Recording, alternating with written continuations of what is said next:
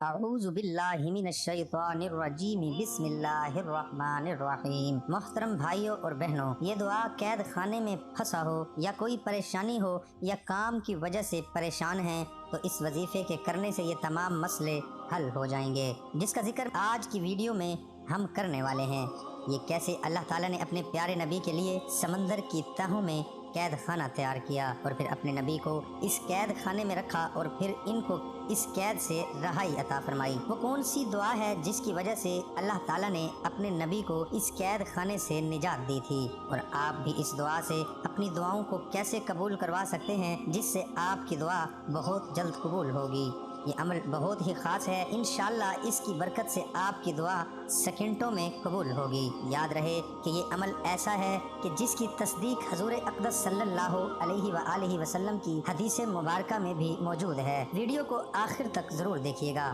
دوستو، ہم آپ کو یہ بھی بتاتے ہیں کہ اللہ تعالیٰ نے اپنے کسی نبی کو کس دعا کی برکت سے قید خانے سے نجات دی، لیکن اس سے پہلے آپ کو احادیث مبارکہ کی روشنی میں دعا کی قبولیت کے چند اوقات اور مقامات کے بارے میں بتاتے ہیں۔ اگر آپ ان اوقات میں دعا کریں تو جلد قبول ہوتی ہے۔ حضرت ابو ہریرہ رضی اللہ عنہ سے مروی ہے کہ نبی کریم صلی اللہ علیہ وآلہ وسلم نے فرمایا کہ انسان اپنے رب کے سب سے زیادہ قریب سجدے کی حالت میں ہوتا ہے، اس لیے سجدے میں دعا کثرت سے کیا کرو۔ حضرت ابو امامہ رضی اللہ عنہ سے روایت ہے کہ رسول اللہ صلی اللہ علیہ وآلہ وسلم سے پوچھا گیا کہ کون سی دعا زیادہ قبول ہوتی ہے؟ آپ صلی اللہ علیہ وآلہ وسلم نے فرمایا کہ رات کے آخری حصے میں اور فرض نمازوں کے بعد مانگی جانے والی دعا۔ اس طرح حضرت سہیل بن سعد رضی اللہ عنہ سے روایت ہے کہ رسول اللہ صلی اللہ علیہ وآلہ وسلم نے فرمایا دو دعائیں رد نہیں کی جاتی، ایک اذان کے وقت، دوسری بارش کے وقت۔ حضرت انس بن مالک رضی اللہ تعالی عنہ سے روایت ہے کہ رسول اللہ صلی اللہ علیہ وآلہ وسلم نے فرمایا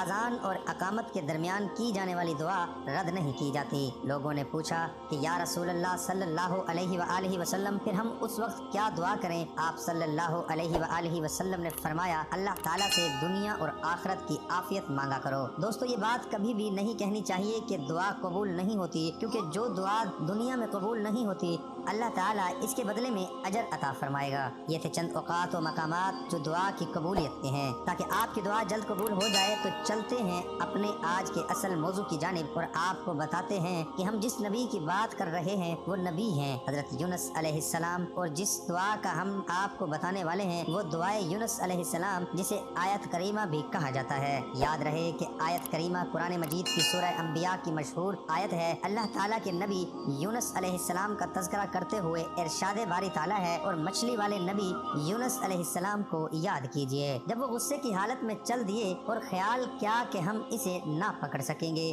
بالا آخر اس نے اندھیروں میں پکارا کہ الہی تیرے سوا کوئی معبود برحق نہیں، تو پاک ہے، بے شک میں ہی خطا کاروں میں سے ہوں۔ تو ہم نے اس کی پکار کو قبول کیا اور غم سے نجات دی، اور ہم ایمان والوں کو اسی طرح نجات دیتے ہیں۔ سورۃ انبیاء آیت نمبر 87 قرآن حکیم کی اس آیت سے معلوم ہوا کہ اللہ کے نبی یونس علیہ السلام جب مچھلی کے پیٹ میں گرفتار ہو گئے اور مشکلات میں پھنس گئے، مشکل کے حل کے لیے اللہ تعالیٰ کو ان کلمات کے ساتھ پکارا، تو اللہ تعالیٰ نے انہیں اندھیروں سے نجات دے دی اور بتا دیا کہ مشکلات کو حل کرنے والا، دعاؤں کو سننے اور قبول کرنے والا صرف اللہ تعالیٰ کی ذات ہے، اور مشکلات سے نجات صرف انبیاء علیہ السلام کے ساتھ خاص نہیں، بلکہ کوئی بھی ایمان والا اللہ تعالیٰ کو پکارے تو وہ اس کی دعا سنتا اور قبول کرتا ہے۔ دوستو، یہی وجہ ہے کہ اکابرین ہر مشکل اور پریشانی میں آیت کریمہ کی کثرت کی تاکید کرتے ہیں کہ جب بھی آپ کو کوئی مشکل پیش آئے، آپ اللہ پر یقین کے ساتھ اس آیت کی کثرت شروع کر دیں تو اللہ پاک آپ کو اس مشکل سے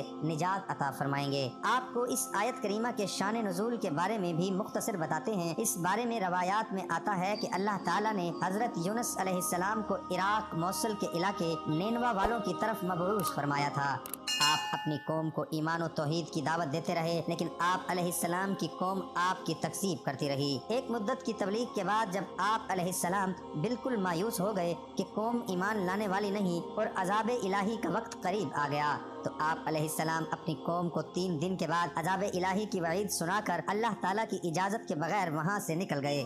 اور مشکل سے دوچار ہوئے۔ اللہ تعالیٰ نے آپ علیہ السلام کو مچھلی کے پیٹ میں قید کر دیا، لیکن حضرت یونس علیہ السلام کو جو ہی احساس ہوا کہ ان سے غلطی ہو گئی ہے، انہوں نے اپنے آپ کو ملامت کیا اور مچھلی کے پیٹ کے اندھیرے قید خانے سے